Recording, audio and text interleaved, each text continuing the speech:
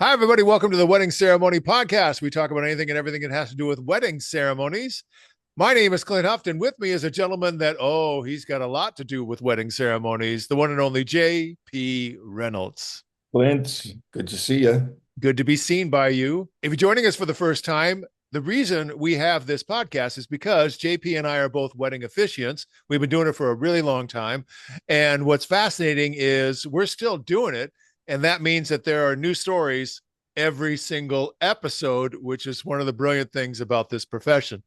JP is an accomplished author. His books are in the Amazon store and the Kindle store in Amazon. And I highly recommend that you check them out because they are wedding ceremony centric. And there's a lot of tremendous information in there. His wedding website is jprweddings.com. He also is a communications expert. Thebusinessofconfidence.com is that website. And if you want to check him out on social, it's at JPR Weddings.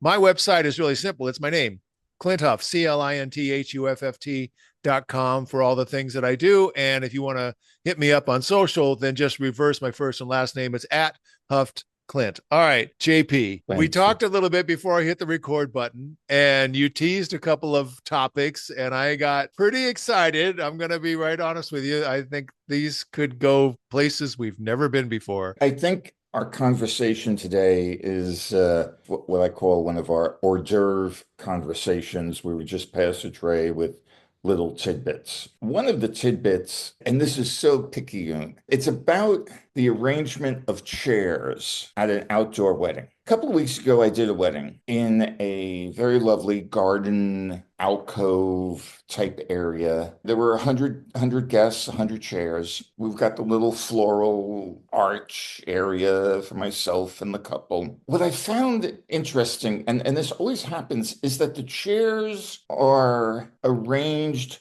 like you are in a church, so that they are, you know how the rows are very regimented Right. and very linear. When you sit in the chair, when the 100 people sit in the chair, they're actually not looking at the couple. They're looking at the scenery in the back. Right. And in order to look at the couple and myself, they're going to have to arrange their bodies to angle to actually see them. Because if they simply look straight on, they're going to be looking at the vista. Especially the people on the far at the end of the aisle, Yes. at the Yes. end of the row of chairs. Yeah. And I've often thought that maybe I should have mentioned this when we had Charlie Bluebell on last segment. I think ideally the chairs should be angled so that when people are seated, their body is naturally angled towards the couple. You know what I like about that? Oh, so you don't think I'm totally out of my mind here? No, not at all. Not at all. In fact, I've seen different seating arrangements and I've explored different Right. seating arrangements. And But those different seating arrangements are not common. That is oh, rare no, for me. you're right. What you're describing is like 80% of the time. Yeah, yeah. Yeah. And I like the idea that if you tilt or angle the rows a little bit so that everybody is actually facing the couple, it feels like you're almost bringing them emotionally closer, like more of a hug type of deal. Yes, and also for me, for you, as an officiant, I'm at an angle right now. If I am looking at the couple and the chairs are this way, I am going to have to make a hard pivot to speak to people on the left and a hard pivot to speak to the last person in the last row over that way. Because it's not an easy glance of the head. I just think psychologically. So, what I really wish in an ideal wedding world, I wish that as an officiant, we're brought into at least one conversation about the layout of the ceremony area. Oh my gosh. One time I consulted a venue. It was a hotel and they had just changed ownership. And I knew the person that had just been come on as the director of catering, or she booked social events and that sort of thing. And I said, "You want me to take a look at the place?" And she said, "Yeah." I looked in from our perspective, from the couple's perspective, and it's exactly what you're talking about in regard to what is the best emotional experience? How can we logistically set it up so that everybody feels connected and engaged? Because I'll be honest with you, with the straight seating setup that you described, I must confess, I don't even bother looking at the people at the end of the row. I look on the couple and I look at, and most of the time their parents are in the first or second seat, right?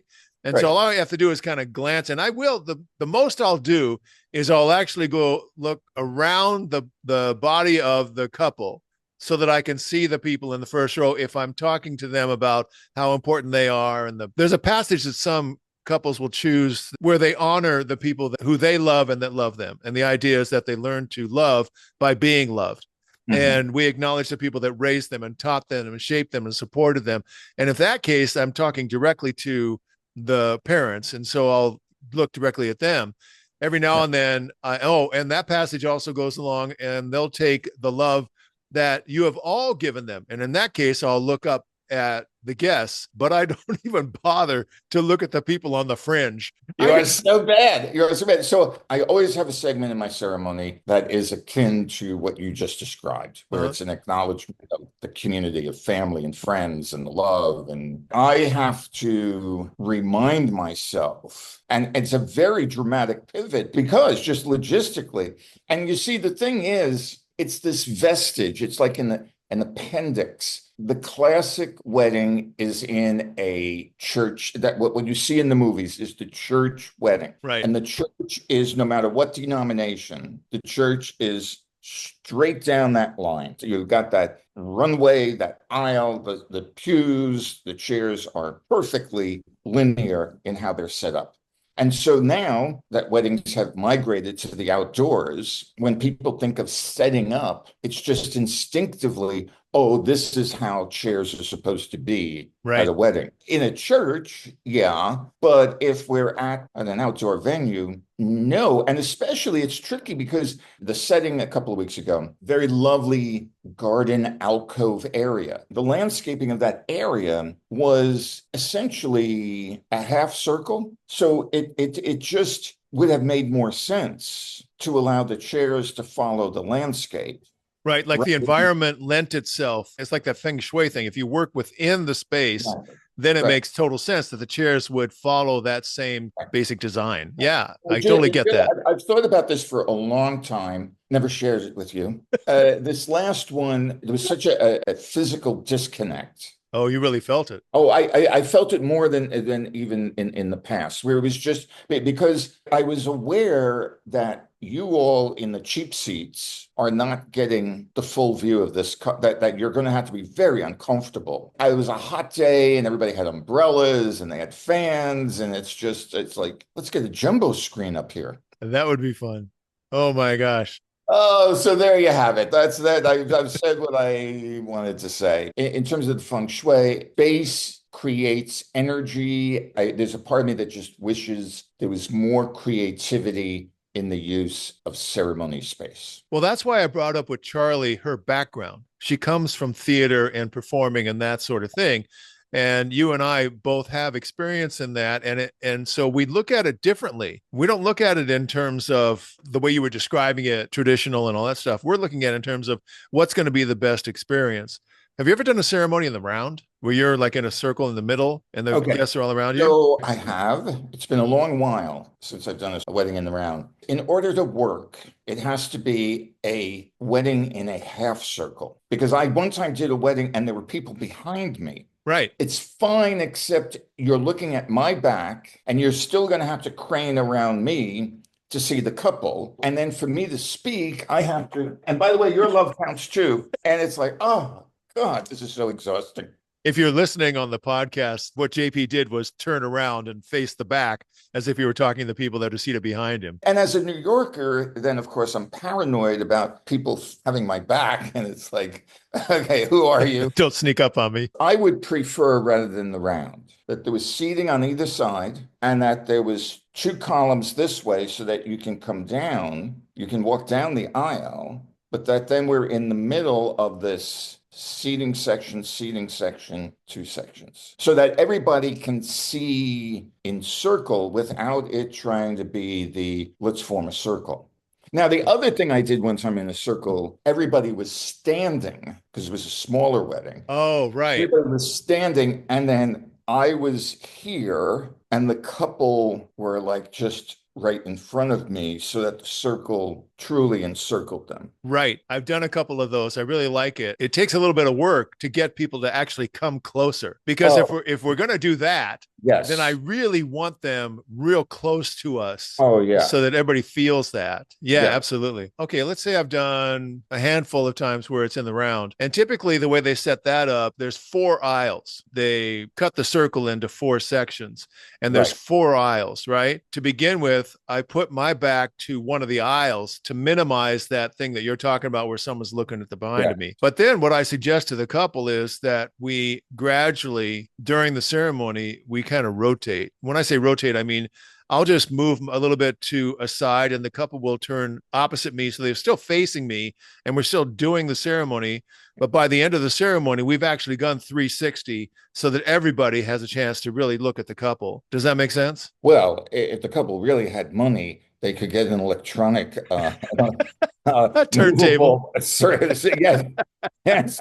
And the three of you are on it. We're on it, and it just is slowly like that restaurant in downtown LA that just keeps circling around. Yeah. Now you are speaking my language. Now Yeah. you're talking.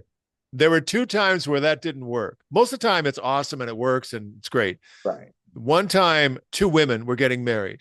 And Mhm. I explained this situation to them. They said, yeah, that sounds great. Then I show up on the wedding day and I check in with both of them.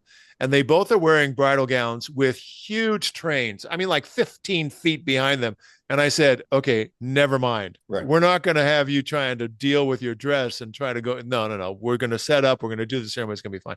The other time, it was in the circle and we were indoors. And the bride, when I said, and we can rotate so everybody gets to see you, and the bride said, no, I don't want to do that. The groom was open to the idea. Unbeknownst to me or the bride, in the middle of the ceremony, he looked at her and said, let's switch sides. What? Let's switch Oh, sides. And he got her to go to the other side. And I said, in front of everybody, I said, that was pretty cool. And he says, well, she's so beautiful. I want everybody to see her. I thought, oh man, I don't care what else you do the rest of the day.